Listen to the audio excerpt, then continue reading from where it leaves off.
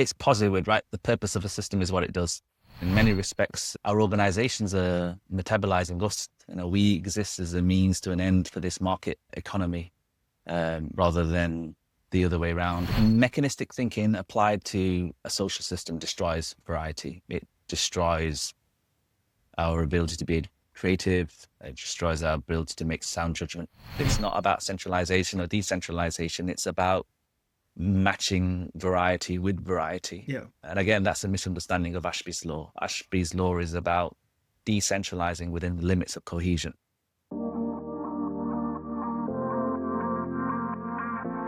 How does the viable operating model kind of force their organizations to face their structural reality? It's positive, right? The purpose of a system is what it does and not what it says it does. In a funny way, this is an organization that is really keen to espouse certain values generally does that because they're not the values that actually really practically exist. So that's usually a tip for thinking about where an organization is.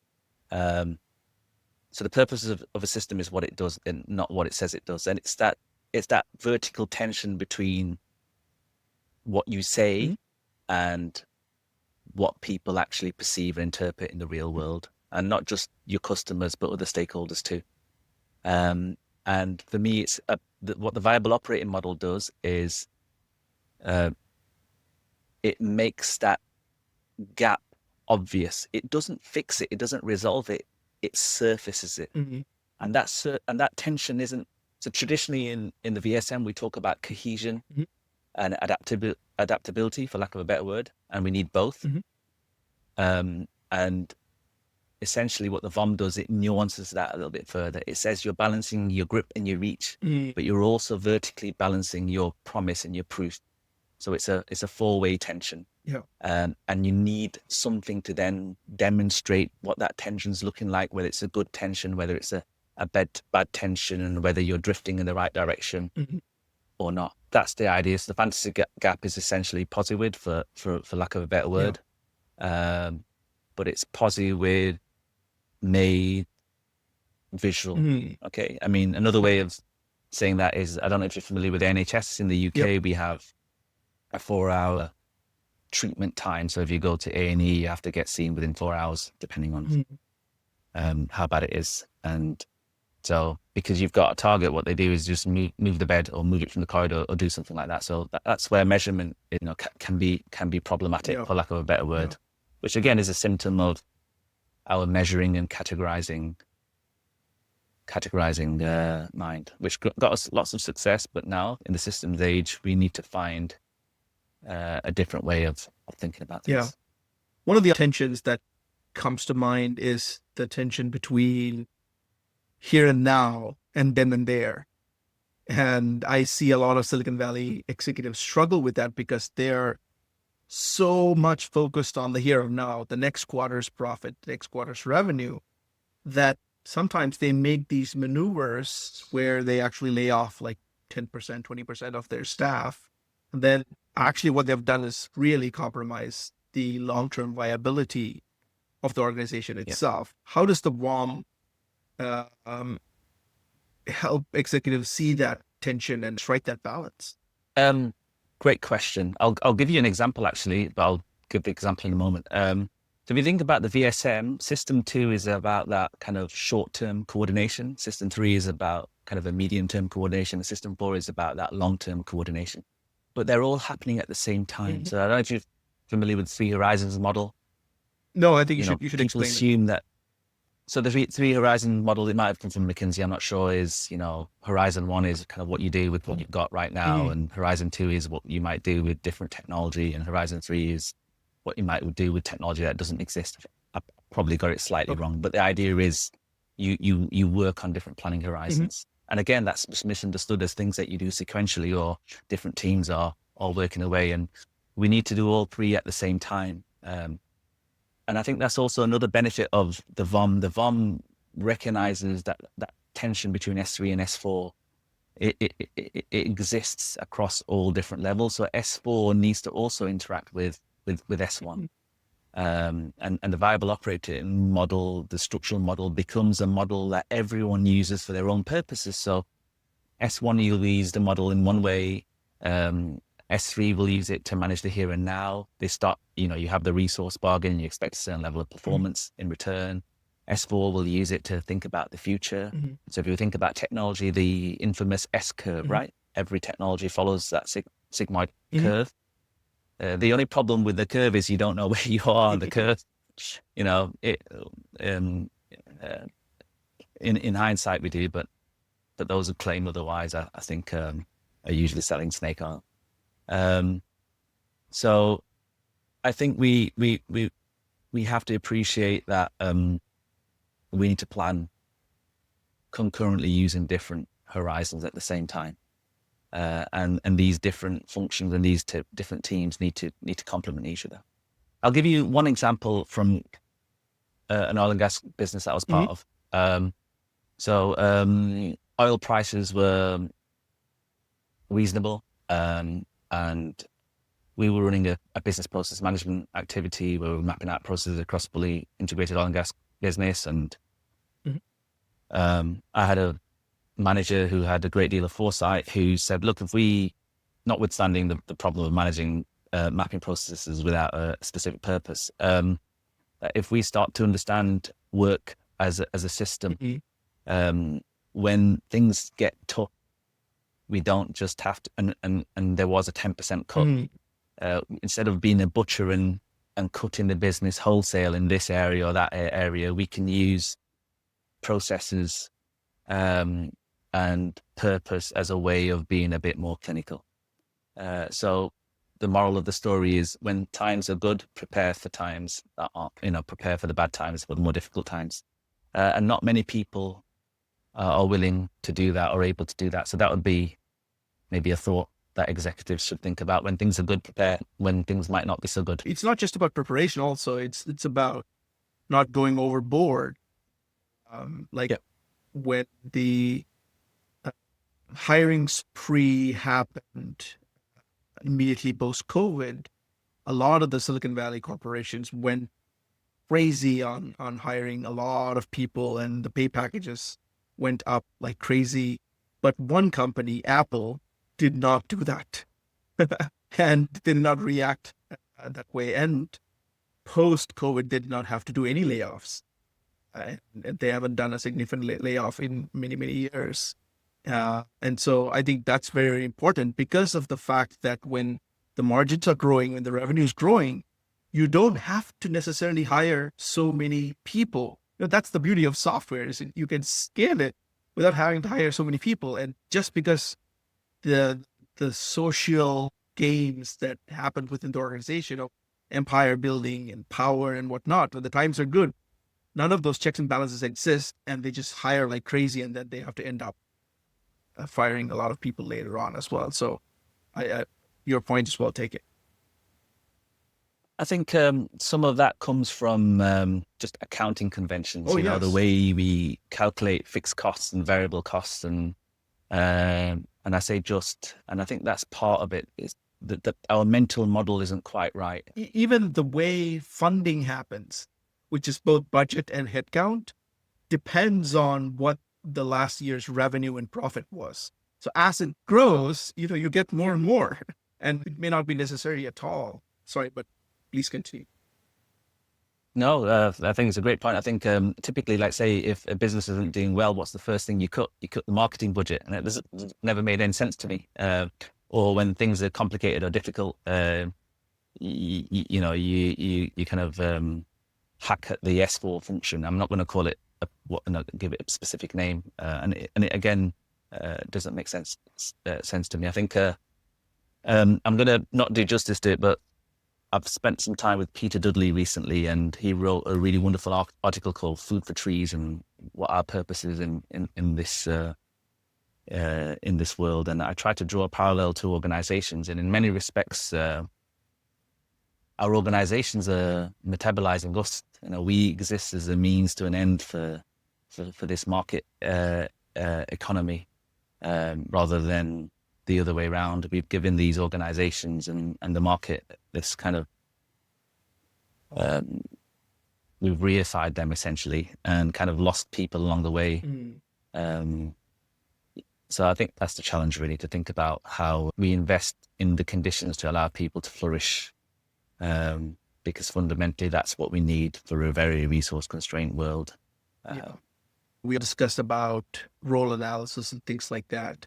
And so as, more and more corporations here in Silicon Valley rush to deploy agentic AI and things like that, how does this RAEWCI framework expose some of the pitfalls of rushing into such models?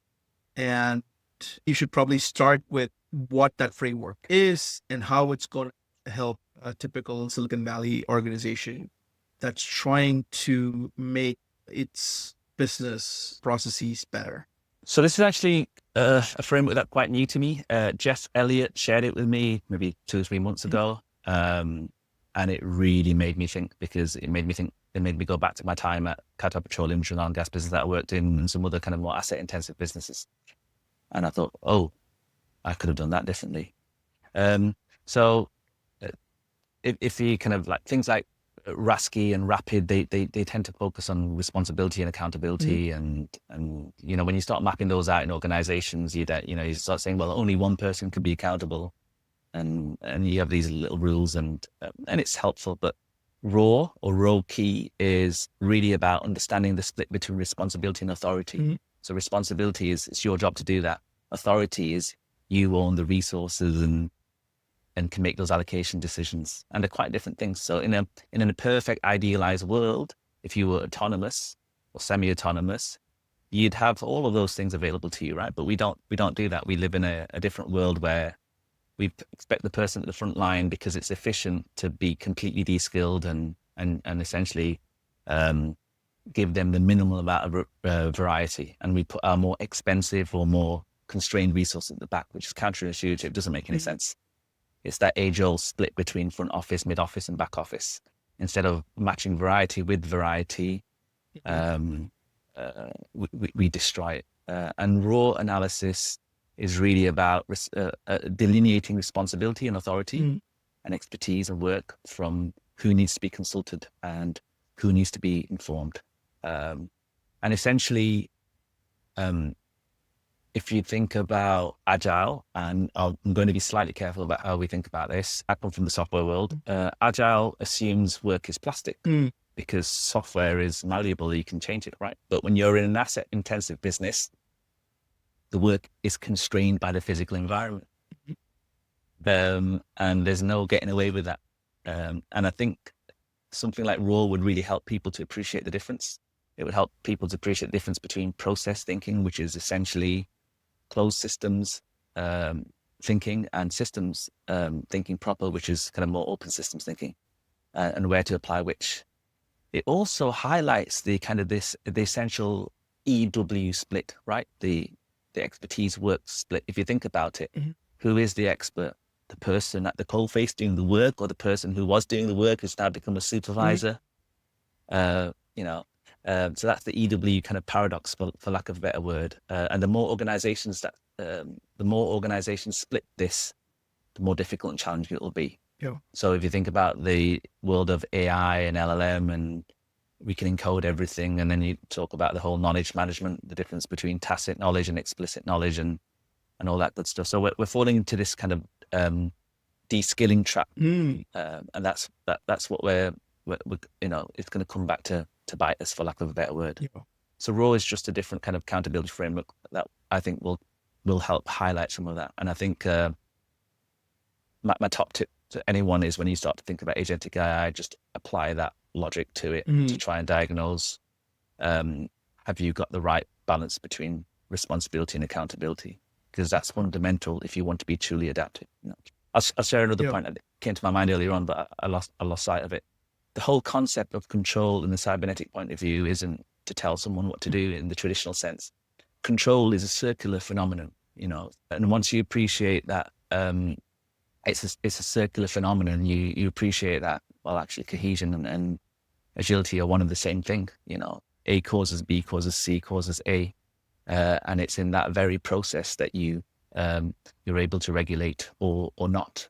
And so it's a completely different definition of control to the ones that we normally use. Yeah. And I guess a little side note there might be about kind of variety. You know, the statement only variety absorbs variety is kind of a little bit misunderstood. There's certain type of variety which is threatening. It threatens your essential variables. So for me and you, your body temperature. But for an organization, it might be, I don't know, profit or something else. And another type of variety is essentially a regulatory variety, which is you building the capacity to be able to protect yourself better. So ironically, one variety you want to attenuate and the other you want to amplify. Yet most of our management tools are attenuating variety rather than finding that balance. I think that's a interesting point as well. I think even Beer talks about how the attenuation and the amplification are installed on the wrong ends, and we shoot ourselves in the foot with that. I think it was called Popper that talked about cloud problems and clock problems. You talked about how our data lives in the cloud today, but we talk about managing our people like clockwork gears, like cogs in the wheel. When we apply this type of mechanistic, machine-like thinking as AI comes along to human social systems, what are we destroying? And how do we practically shift our operating model from this clock-like thinking to cloud-like thinking? So kind of being a IT type person, I just find it really ironic that we shifted all of our infrastructure to the cloud. Yet we see everything else we do in our operating model in terms of straight lines and square boxes. And again, I think this is something I wrote about recently. Yes. And you might have made a comment. So look, mechanistic thinking applied to a social system destroys variety. It destroys our ability to be creative. It destroys our ability to make sound judgment. And coming back to that point of organizations treat people as a means to an end, it doesn't make any sense to me, because if I think about most of my relationships with people, they've transcended organizations. You know, you're not always friends with people at work, but you certainly want to be friendly. So it's an opportunity for us to kind of rethink that. I had a friend once who used to say, "Look, Abdul, we're all tribal, you know." And in some respects, I think human beings are still afraid of the dark, and the will to power is really strong, and we're tribal. And I think it's important to appreciate that, because it sometimes explains why someone might be a particular way, or why a certain group might be a particular way. It might not be a satisfactory explanation, but it's certainly an explanation. I think, I know you've quoted Stafford a few times, but I think Stafford said, ignorance is the greatest variety attenuator. Yes. Ignorance is also bliss, I suspect. But I think the challenge of life certainly is, as you grow and as you develop, you want to find out more and do things. And for me, I kind of say to my family, I feel like I'm simultaneously becoming smarter and dumber at the same time, and it's a real paradox. I think it's not a paradox. I think there's also the other saying where, as the surface area of your island of your knowledge grows, so does the perimeter of your ignorance. And so the smarter you get, the dumber you must feel, because you realize how much more there is to learn, right? Yeah, exactly. I think, that makes sense. You said it far better than I could have.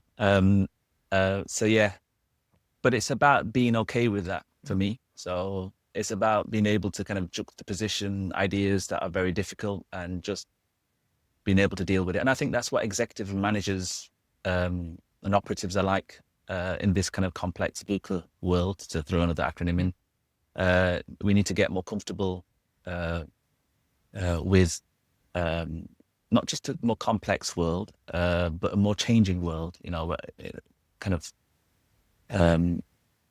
a world that doesn't stand still, or where industry lines aren't as well defined as they might have been in the 1970s, for example.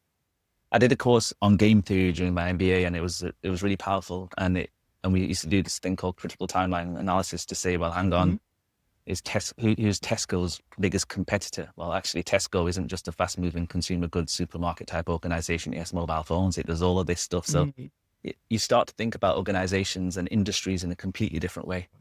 So all those wonderful models like Porter's 5 and stuff, they were fine, but they're still very limited. And we can think about things kind of really differently. So yeah, I think managers, executives, people working in improvement really need to see how we can encourage curiosity and innovation in the organization, because these aren't luxuries.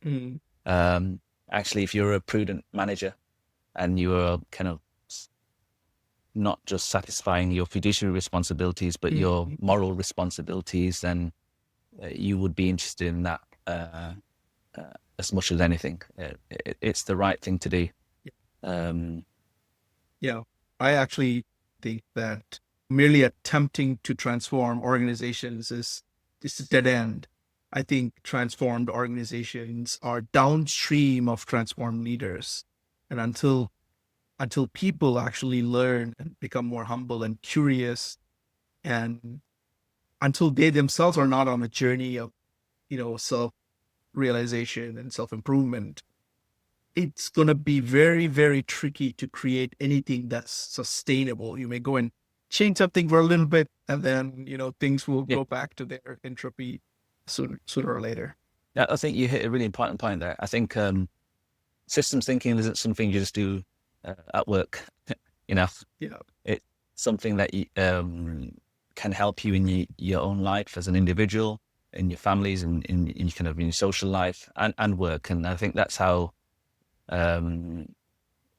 we develop ourselves. There's a technique Stafford Beer would speak about called yo-yoing.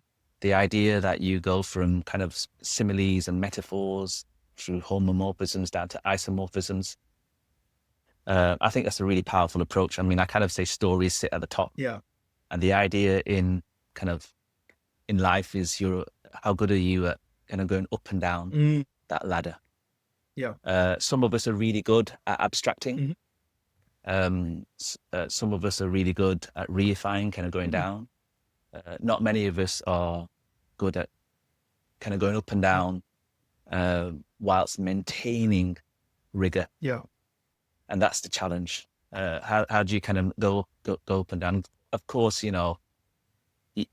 when you develop that working model of your car, of driving your car or steamship, or the relationship that you have with somebody else, a family member, it's a homomorphic relationship. You don't have to understand the black box. You just have to appreciate what might happen, right?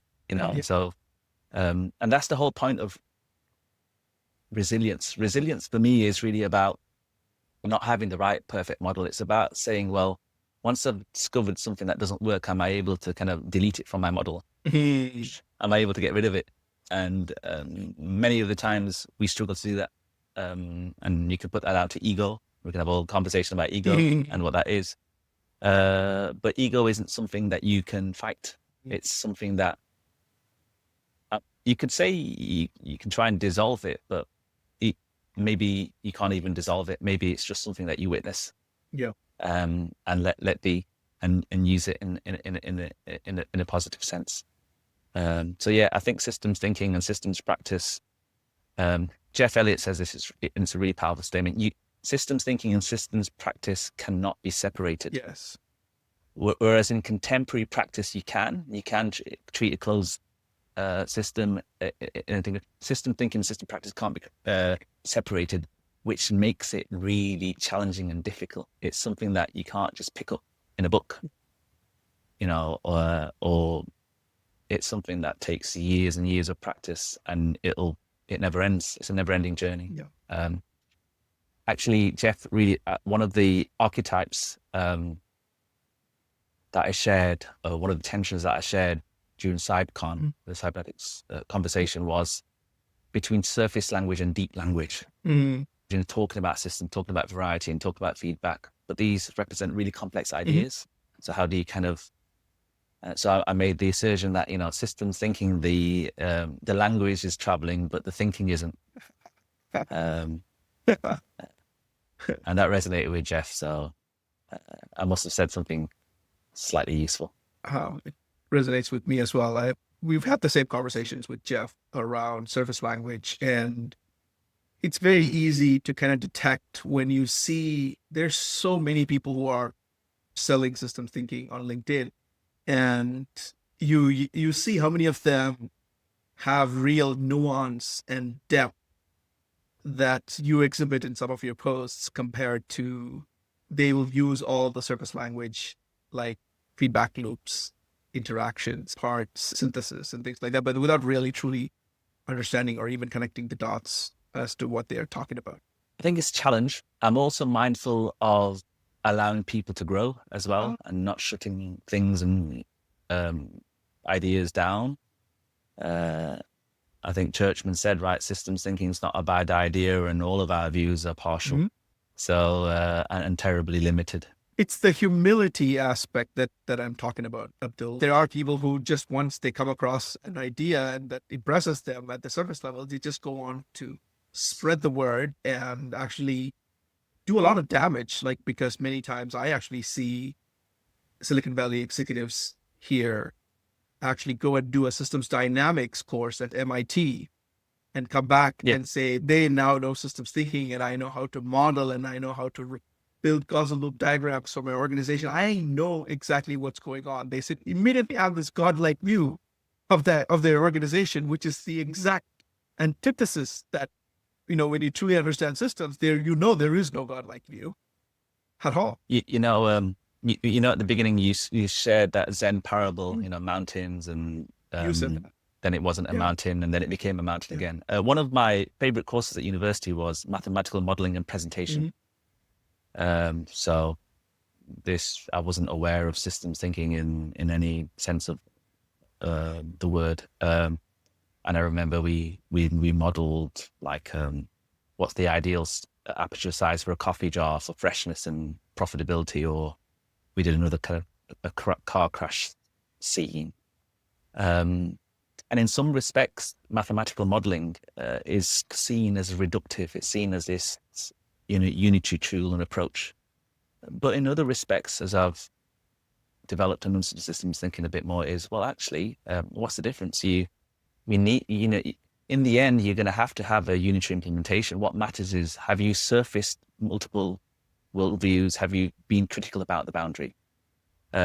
So, I think there was a stage where I thought, oh, my mathematical modeling course was useless because it was really reductive. And now I think, well, actually, it's fine. You just cycle through all three kind of lenses of thinking. It's really about, when you do present data, have you presented sufficient context for somebody else to be able to interpret that and make a sound decision? Luhmann said organizations are conversations about choices, and that really resonates with me. So as a kind of architect who's interested in IT architecture, but enterprise architecture proper, organizations are about communications, not just IT systems talking to each other, but people talking to each other. And I think the digital or the IT function needs to kind of reevaluate what its mandate and what its role is, because I think its role isn't just to facilitate tech or be the custodians of data. It's to enable useful conversations in a business. And for it to do that, it needs to have that mandate of creating a useful model of the business. So whilst we berate IT and digital, they seem to be the only functions in typical businesses or businesses that I'm talking about that actually bother or care to model the organization rightly or wrongly. So I think there's a real opportunity for kind of more forward-thinking CIOs or CDOs or whatever we're going to call them, to think about how they enable more useful conversations in the business. As a bit of a digress, maybe. Absolutely. Jeff Elliott actually talks about the need for reductionism. at some point, it's not just synthesis, but you actually need analysis as well. At some point, you're going to have to get your hands dirty and go and do something and build things. And he also really pushes back around the idea that, once you are a systems thinker, you know how to go and build airplanes and also go and build payment platforms. Like, you actually need deep expertise in those areas as well. At some point, you're going to have to roll up your sleeves and do things. And so you have to understand at what Zoom level you are and when to use them and how to use them. And not simply say all reductionism is bullshit or all quantification is bullshit. I don't think I'm saying that either, but we need to understand the nuance. And and do you know what? In a funny way, it was really refreshing to hear that from Jeff, because it's something that I've known and felt, and but it's nice to hear someone else say that, because quite often we poo-poo the idea of reductionism. But in the end, after all that divergent thinking, you're gonna have to build something. My only caveat, my only add with the VOM is you cannot throw pluralism out the window as soon as you've done the implementation. So you're gonna, once you've done your thinking, you're gonna have a new policy, whether that's an enterprise or an IT policy. You're gonna have new processes, new procedures, new IT system, all that good stuff. But the question is, how do you maintain a sufficient level of perpetual pluralism so that systems thinking becomes something that's baked into the enterprise? It's not just something that's done as a one-off consultancy exercise. And again, I'm not trying to poo-poo my consultant friends here, or myself for that matter. It's how do we find that middle ground, which isn't a middle ground, right? That's the problem with the middle ground. It's not about centralization or decentralization. It's about matching variety with variety. And again, that's a misunderstanding of Ashby's law. Ashby's law is about decentralizing within the limits of cohesion. I think Beer's designing freedom captures the tension really well. It does, and that's the other thing about, and why I describe Beer as the gift that keeps giving. His work isn't just a point in time thing. It's something that you have to appreciate how he evolved and grew, and his ideas were, he was willing and able to change his ideas and think about human development and people in a different way. I mean, apparently Akoff and Beer were really good friends, but Akoff really struggled with certain things, and I'm sure Beer struggled with certain things as well. Hence, they are two of my foundational pillars, along with Rosen and Lumen, because I think Rosen adds a bit. Rosen, essentially, for me, if you think about, if we think about a regulator and think about, well, how do you regulate? Well, you can regulate from the effect of what's happened after it's happened, or you can regulate before the disturbance has hit the system, or you can anticipate what might happen. So in many respects, Rosen thought about System 4 in a much more sophisticated way. And so you have three forms of regulation, error caused and kind of a more preemptive type of regulation. And we need to think about all three things together. And then again, coming back to Lumen's point about conversations, organizations being conversations about choices. I think recently you said something about like maximizing choices, right? The ethical imperative. And that's an interesting point. But at the same time, we have to be mindful that that we can only handle a certain number of choices at a certain number of time. Too many choices, and we find it equally paralyzing. Absolutely. You mentioned the conference, so I want to kind of pull that thread. I know you recently presented the VOM and its ideas at the conference. Say more about the event itself, which I think is fascinating itself, and also how the actual presentation or conversation went, and if there's any feedback that kind of stands out for you from the event. Yeah, it was an excellent event. So I can only contrast it really with kind of the whole conference. It's a very different type of conference from Hull. I think there was 38 of us. It was much more intimate. It's organized by the UK Cybernetic Society. So lots of amazing people.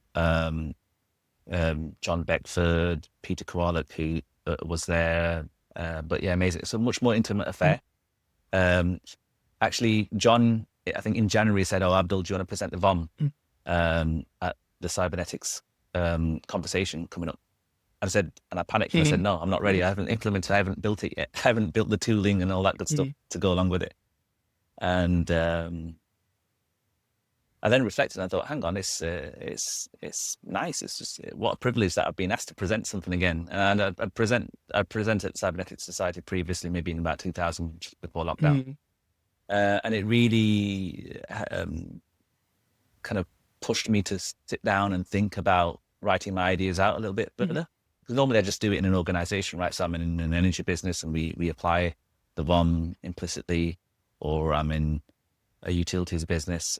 So I really thought about it and I started to write my ideas out. I started to build some tools and I said, "Yeah, John, I'm ready. I think I'm ready." And he mentioned, it's, I think it was a 2.5 hour slot. So I didn't really know how to build this. And he said, "It's a conversation. It's not a presentation." I was like, "Oh, this is going to be difficult for me."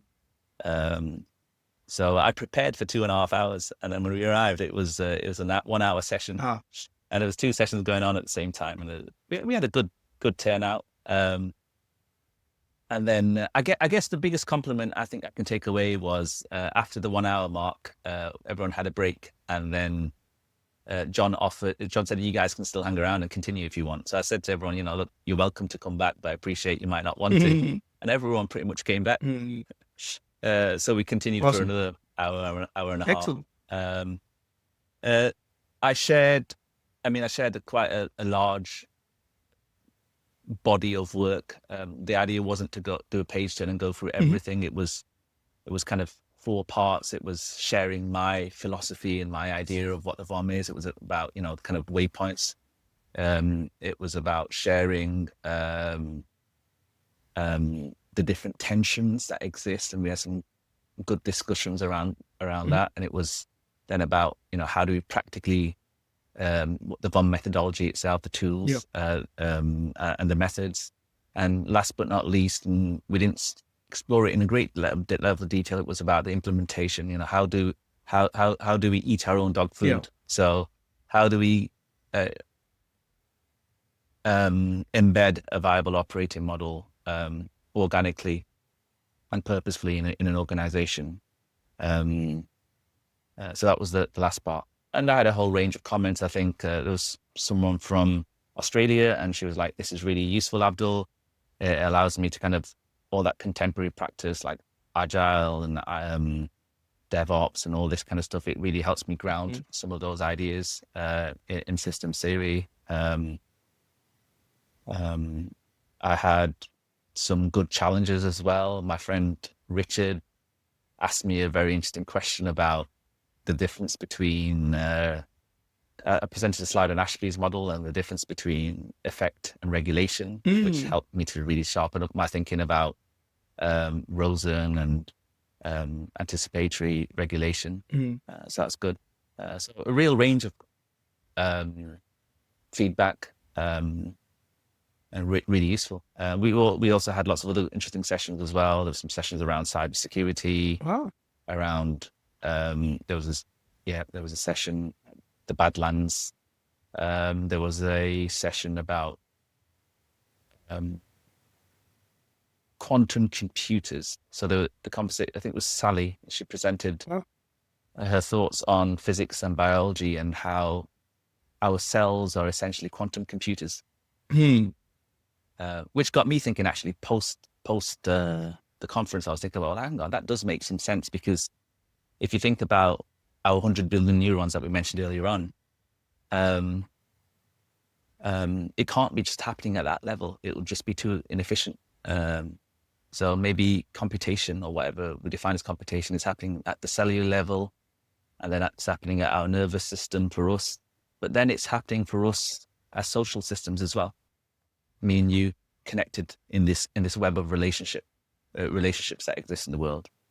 And I guess I'll digress slightly here. I can't remember who the author is now, but it's this idea of, we live in a very kind of a world full of social media, we live in the age of profilicity, the idea that you're a profile, as distinct from the age of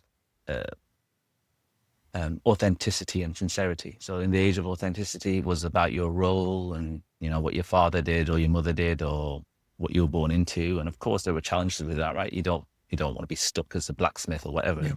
or a candlestick maker or whatever it might be.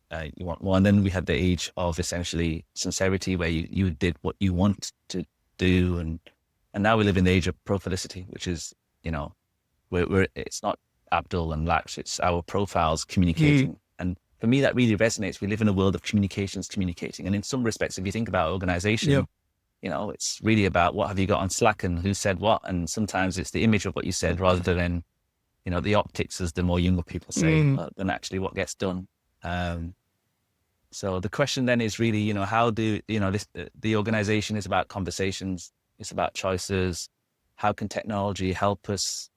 How can data, insight, information, and technology help us have better conversations? Yeah. I also really like this idea that Paul Pangaro shared.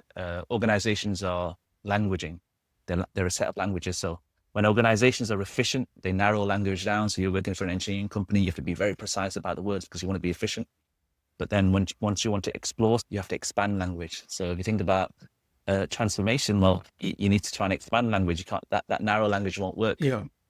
And there's a tension between collapsing, narrowing language and expanding language. Again, that's also like the system 3 and the system 4 tension. It's the tension between grip and reach. So maybe if I could explain a bit more about, so grip for me in the viable operating model is, it's about closing the productivity gap in Beer's triple index or John Beckford's potentiometer sense. It's about closing the productivity gap. It's how can you do more with what you've got? Yeah. So if you think about performance as being actual, capable, and potential performance, it's about closing the productivity gap in the here and now. Reach or system 4 is about closing the latency gap.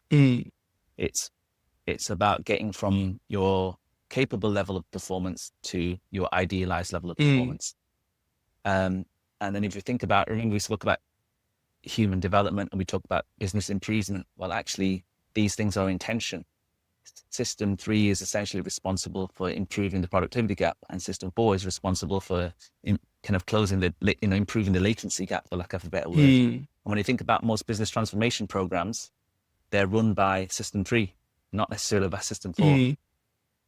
And then we collapse that strategic imperative with a more, and it's the classic S3, S4 tension, for lack of a better word, that we have. But that's worth reflecting on as well. Yeah, absolutely. So this leads me to my final question about the core topic, which is VOM itself. Let's say I'm a Silicon Valley executive and I invite you to deploy VOM in my company. How would that engagement look like? How would it go about? How long would it take? Who would you talk to? Can you say more about that? Yeah, so it looks different. Like I said, for me, viable operating model, BSM, they're just tools, means to an end.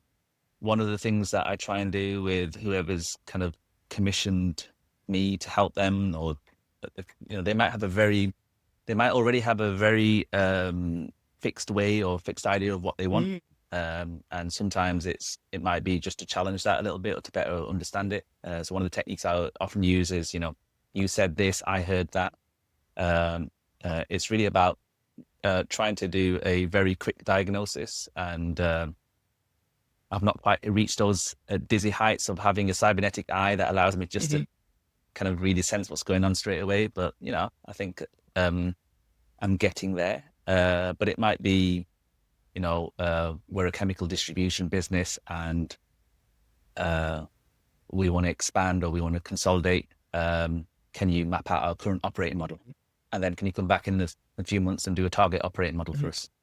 So that's a very contemporary type idea. Remember we said strategy to execution, and the IT department, by the way, wants to understand, should we, they're migrating to SAP for HANA.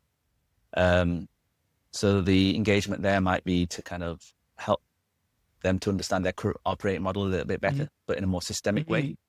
There's a particular engagement I had. I won't mention their name, but the executive in charge was like, well, Abdul, we know how the business works. And one of the statements I think I made earlier on in engagement was, well, maybe you'll get to see what you think you knew in a different way. So sometimes, what seems familiar isn't so familiar. Can't remember, is it Lao Tzu who said, or some military strategist looking at close things far and further away things more closely. Yeah. Or making the strange familiar and the familiar strange. That sounds far more reasonable. I'll take that one. So, and I think that one of the remarks at the end of the engagement was, do you know what? We thought we understood this business, and you've helped us to see it in a different way. So viable operating model is not something that we do to someone. It's something that we do with a set of people. We work with, we try and identify, who's at stake. I try and, we do the usual thing of root definitions and whatnot, and look at those boundaries, and replay that back. But I also focus really on building the case for change as well whilst we're doing that. And that case for change is part and parcel of that process throughout. So in many respects, the artifacts that get developed aren't it's not like the ta-da moment. Here you go. Here's a report. Yeah, it's something that the team have partaken in from the get-go. So that's one way of going about it. Another way might be completely different. It might be sitting in the IT organization or sitting in the data analytics function, and they want to build another data platform or extend their data platform, or they want to become a more data-centric organization. And it might involve looking at the operating model or a target operating model, starting with the end in mind, and saying, well, how can we partner with the architecture team, or how can we partner with the strategic planning team to create a more shared, essentially to create a shared understanding. So when I sit and work with data organizations, and this comes from another colleague, friend of mine, and he said it really well, is all organizations want to exploit data. But to exploit data, whether it's through BI or more advanced analytics, you need to understand and manage and protect data, but no one really wants to invest in those things, whether data quality or data governance. So for me, the viable operator model is about creating that shared understanding or shared language. It's then about creating a basis for diagnosis and analysis, because you need both. And it's also about acting and trying and doing and building stuff. Whether that is a very small tool that does hierarchical data management, or something else. So it differs with the engagement, and sometimes there might not be an appetite for it at all. But what I also do is I take, I guess, contemporary enterprise architecture practice and ground it in something more systemic. So capability mapping, for example, is really popular, right? And it's also really challenging, and it's also really difficult. But we can ground business capabilities in the viable systems model. We can use the 5 subsystem functions to define what we do. But of course, if you just say we've got 5 subsystems at every level of recursion, that's too generic, too coarse. So there's some work that we can do to kind of ground contemporary practice in more systemic understanding. Equally, the value streams themselves. The word process is nebulous. To some people, it's an activity. To someone else, it's a task. To someone else, it's a value chain. And more or less, there's a chap called Paul Harmon. He's passed away this year, and he wrote another wonderful book, Business Process Change. And it probably, to systems thinking, it might seem a bit reductive, but he described 3 schools of process thinking. So kind of what the management consultants think, what the kind of work studies, Lean Six Sigma guys think, and what the IT people think. So these are the kind of 3 antecedents of process thinking. And it's really powerful. One of the statements that we made back in 2012 was, and I think Hammer and Chamsey, they might have made the same statement, is that there's there's always three versions of a process. What the documentation says, if there is any documentation, what the people say in terms of the workarounds, and what the actual system says through the data. And of course, that might sound like, oh, there's something wrong, somebody's lying to me. But then it makes you appreciate that from a pluralistic point of view, these are just different interpretations. And what we've got to do is find the ones that are most useful. So yeah, engagements, they differ. My aim is to basically do theory in practice and practice in theory with the viable operating model. But like I said at the beginning, we shouldn't mistake the finger for the moon. So I'm not wedded to the viable operating model either. Yeah. Thanks for sharing, Abdul. I want to wrap up, and I ask this question to all of my guests on behalf of my community members. So the CyberSyn community is a community of technology practitioners and executives. Of course, we do have system thinkers and cyberneticians as part of it, but the primary audience are technology practitioners and executives. To a technology executive listening to this and who's kind of curious about the ideas that we discussed, where should they start? That's a great question, and it's a great practical question. We probably should have started there. Let's go back to the fantasy gap. So pick one strategic claim that you have as a business, whether that's, we are customer obsessed, or we're a data-centric business, and actually go and look for evidence of it. Trace it through your business. Go to the Gemba, for lack of a better word, and see what the distance between the promise and the teeth might be. So that's an example. I won't get into nuts and bolts of how you might do that, right? In a funny way, so I was at a mental health care organization, and we had Vanguard in there, and John Seddon's team was there, and I thought it was really powerful. It was a really useful tool. It was, I think there are those who don't consider it to be proper systems thinking, for lack of a better word. And again, I'm not of that school. I think it can be a powerful tool. And what that really advocates is you go into the business, you go into the hospital, you go into the wards, you try and understand what a patient outcome is. A patient outcome isn't someone just attending a therapeutic session. It's the actual health outcome that they achieve, not just from a kind of psychological point of view, but from a biopsychosocial point of view. So, go to the Gemba and pick one of those claims. Another one might be, and this is a good one, is so you'll be familiar with the algorithmic channel of the VSM. So the hand that thinks. Let me give you an example: the finger that gets burnt. So if you put your hand on the stove, right, you're not going to go through your regular channels to try and to determine whether you should move your hand or not. You just do it automatically. It's baked in. Light digress, by the way. One of the other, when I talk about grip and reach, for me, this aligns really well with Ian McGilchrist's idea of left and right brain. Another interpretation is really, rather than left and right brain, it's narrow attention and wide attention. So system 3 is about having a narrow attention that allows you to hunt, for lack of a better word, to exploit the current situation. And your system 4 is really about a wide attention. So you're not hunted. And again, the VOM allows you to think about that. But just coming back to the algorithmic channel, check on an actual algorithmic channel to see whether it actually works, whether it's an escalation, in IT speak, escalation, delegation, all that good stuff.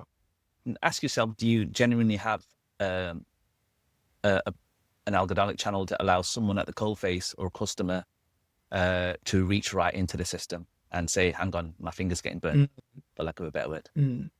So they're two examples, hopefully two useful examples. There's something else I'd like to make a comment on if I might, but they're the two examples that I would give. Sure. So the other one is, and I shared this with Peter Dudley recently as well, is if I get the chance, I always try and offer a manager and executive a choice or I present it as a choice. So I'll ask you, like, so if I could give you the gift of perfect prediction or perfect agility, the ability to turn on a sixpence, which would you take? The latter, any day. Why? Because I am of the opinion that perfect prediction is impossible. But I am a big believer in continuously improving my own capabilities so that the need for perfect prediction goes away. If anything happens, I can change. And I think we can quickly say, well, actually, rather than saying perfect prediction, what about good enough prediction? So presumably you're fine with looking at short-term weather forecasts and determining whether you should wear a Macintosh or take an umbrella with you. So maybe if we were to say, well, hang on, can we not combine good enough prediction with just enough agility to allow me to move? Does that not seem like a more reasonable thing that we need in our organization? Absolutely. So that question usually, we've shortcut the conversation, really allows me to kind of understand the worldview a little bit better, and it allows me to kind of share my worldview a little bit more, because I think that's really important when you work with any one individual, any team, to try and create an improvement, for lack of a better word. But unfortunately I can't, I don't have a lamp, so I can't grant wishes. All right. Well said. Abdul, before we wrap up, any other question that I should have asked but didn't, or any parting remarks for our listeners?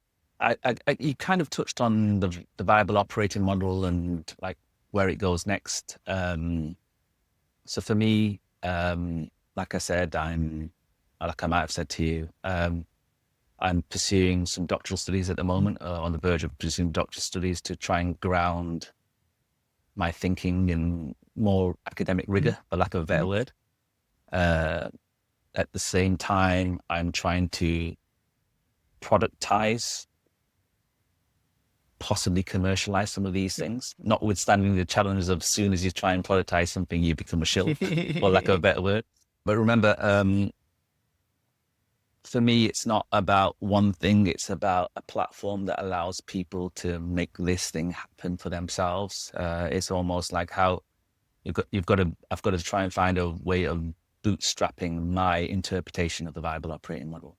And it wasn't kind of just before we started, if I had to kind of explain what the VOM is in kind of systems thinking language, think of it as critical systems practice, but for business systems, not just information systems.